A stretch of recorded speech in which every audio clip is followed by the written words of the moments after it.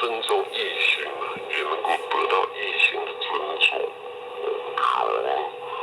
我轻易的对异性啊讲黄色笑话，或对精神上啊或身体上啊有所骚扰，我觉得这个都是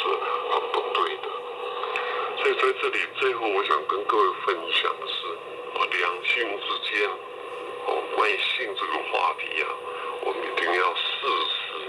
就在什么年龄，我们做什么样的事情，要对什么人做我们该做的事情。不是夫妻，我们就不应该跟他发生性关系。要在适当的地点做应该做的事情。